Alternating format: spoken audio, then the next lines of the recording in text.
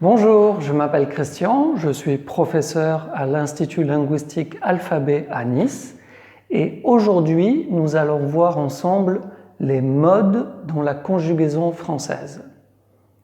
Mais avant, je vous rappelle que dans la description, vous pouvez télécharger un PDF bonus avec toutes les informations de la leçon et peut-être également des exercices supplémentaires avec la correction. Et je vous rappelle également notre plateforme e-alphabet sur laquelle vous pouvez trouver des vidéos pédagogiques, des fiches de synthèse, des exercices, les corrections des exercices. Alors attention, quand je dis le mode dans la conjugaison française, j'utilise bien le masculin, le mode. Je ne parle pas de la mode, la Fashion Week. Non, non, non, non. Je parle du mode, le mode. Mais qu'est-ce que c'est le mode? Eh bien, je vous retrouve sur notre plateforme de classe virtuelle pour vous expliquer tout ça. Alors, le mode, c'est la manière dont le verbe va exprimer l'état ou l'action du verbe. On va prendre un exemple pour mieux comprendre. Le verbe danser. Quand je dis « je danse » ou « j'ai dansé » ou « je danserai », je suis en train de parler de quelque chose d'objectif qui est dans la réalité. Autre exemple, quand je dis « je danserai » avec un S ou quand je dis « j'aurai dansé », là je suis en train d'exprimer quelque chose qui n'est pas sûr. Donc, qu'est-ce qu'on remarque ici? On remarque que la première chose, c'est que dans un même mode, il y a plusieurs temps. Vous avez vu, c'était le présent. Je vous remontre l'exemple. C'était le présent, le passé composé ou le futur. Tout ça, c'était dans un même mode. Dans le deuxième exemple, vous avez vu que c'était le conditionnel présent et le conditionnel passé. Tout ça, c'est dans le même mode. Donc, la première étape pour choisir le bon mode, c'est que avant d'écrire ou de prononcer une phrase, avant même de choisir le temps de la phrase, on va choisir quel type d'information on veut faire passer. Est-ce que c'est quelque chose de objectif, de sûr? Est-ce que c'est quelque chose d'incertain? Est-ce que c'est un ordre? Est-ce que c'est un sentiment? Est-ce que c'est une probabilité? C'est cette première étape qui nous permet de choisir le bon mode. Tout à l'heure, on va voir un tableau récapitulatif avec les différents modes. Et la deuxième étape, quand on a choisi le bon mode, on va tout simplement choisir le bon temps. Alors, il faut savoir qu'il y a au total, dans la conjugaison française, il y a 7 modes. Il y a 4 modes qui sont personnels. Qu'est-ce que c'est un mode personnel? C'est simplement un mode qui a où l'on trouve des pronoms personnels sujets, comme je, tu, il. Et les 4 modes personnels, eh bien, ce sont l'indicatif, le conditionnel, le subjonctif et l'impératif. Alors bien sûr, à l'impératif, on n'écrit pas, on ne prononce pas le pronom personnel sujet, mais ils existent de manière implicite.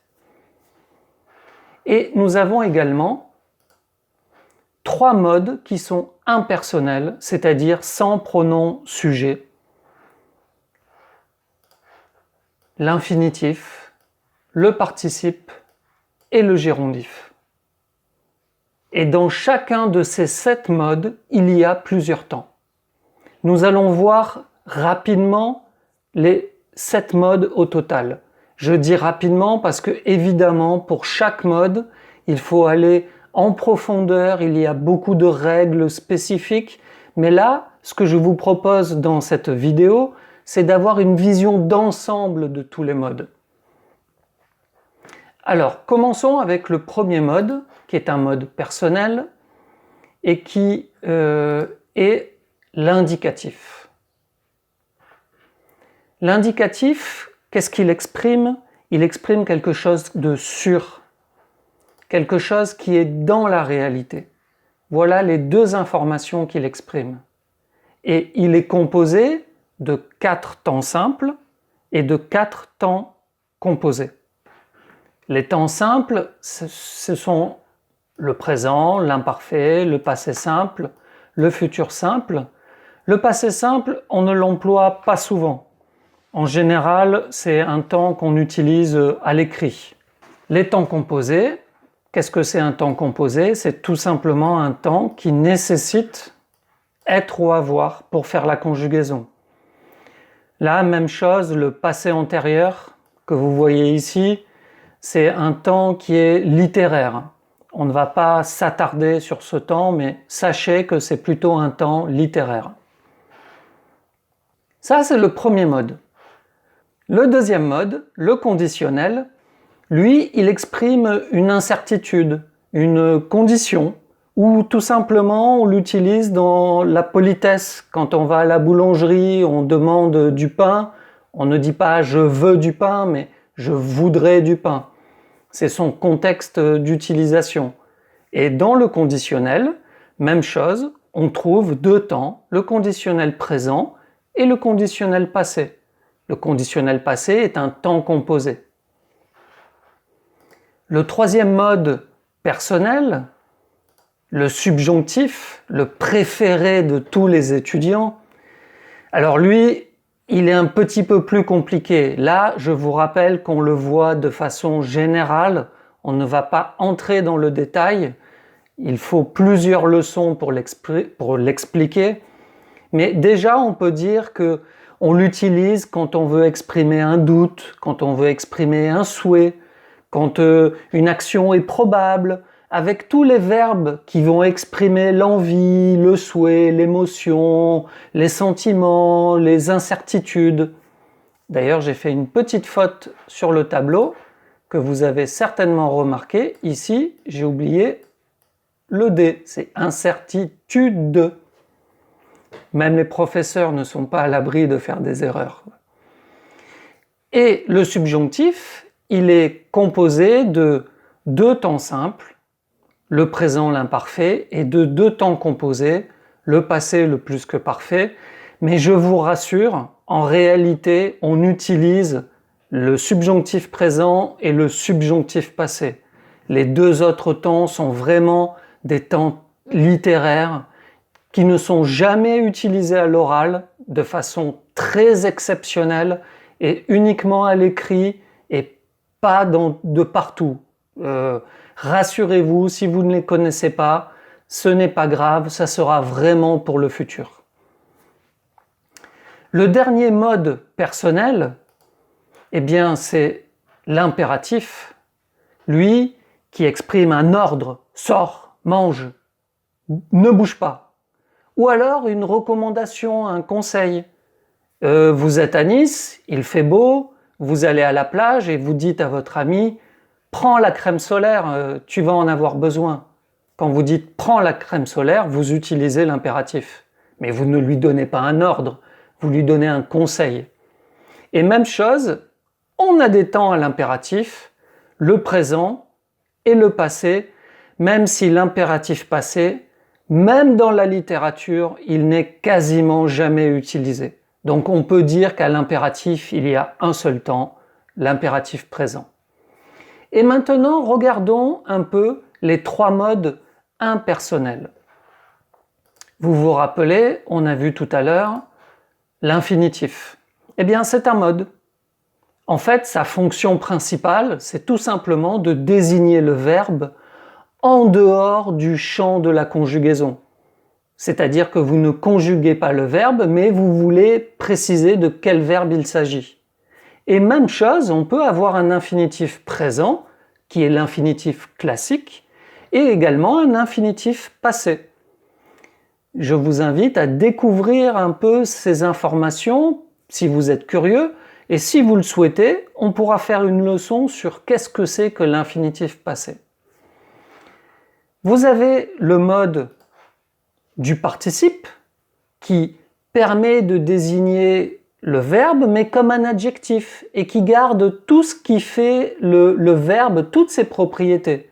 Mais globalement, quand on utilise le participe, eh bien on l'utilise dans les temps composés. Donc c'est un peu bizarre là parce que c'est un mode qu'on utilise dans les autres modes dans les temps composés. Mais ça, c'est pas très important. Ce qui est vraiment important de connaître avec le participe, c'est sa forme participe passé, qui est unique, et sa forme participe présent, qui est unique.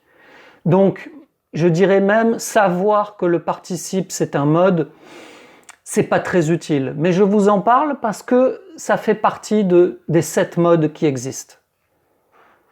Et le dernier mode, le gérondif.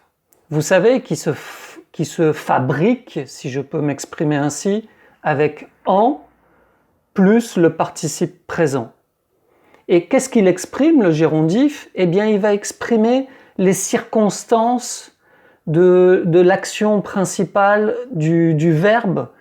C'est-à-dire que vous avez un premier verbe qui fait l'action et le deuxième verbe qui va être dans ce mode, le gérondif, lui, il va donner des explications sur les circonstances de cette première action. Il va par exemple vous informer que 2 actions se passent en même temps, ou que l'action au gérondif est la cause de l'action du premier verbe, ou alors que c'est la manière, ou la condition, ou l'opposition. Là encore, vous avez différents temps. Le présent et le passé. Mais je vous rassure, encore une fois, le gérondif passé est très rarement utilisé. Je vais même vous avouer une chose, je ne le connais pas, tout simplement.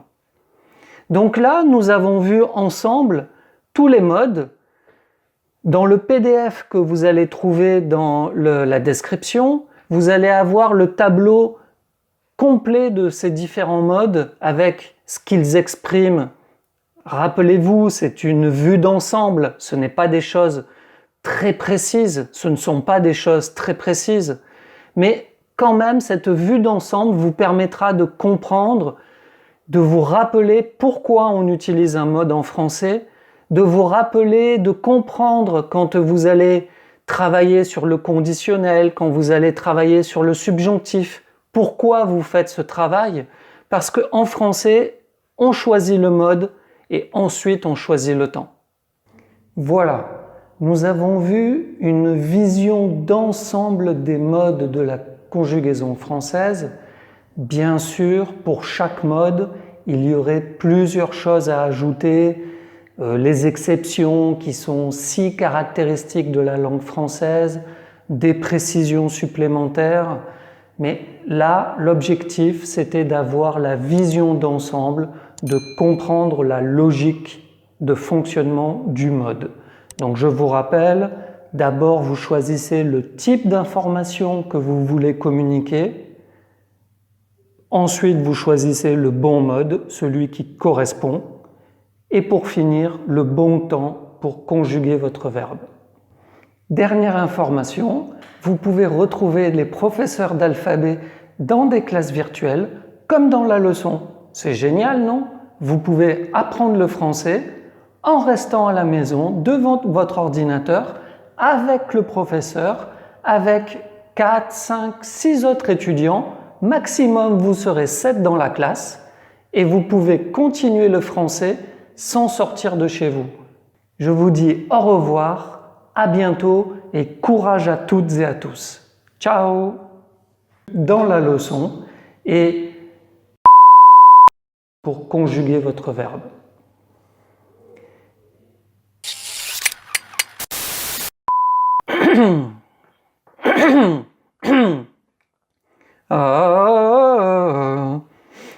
Comme vous avez vu pendant le...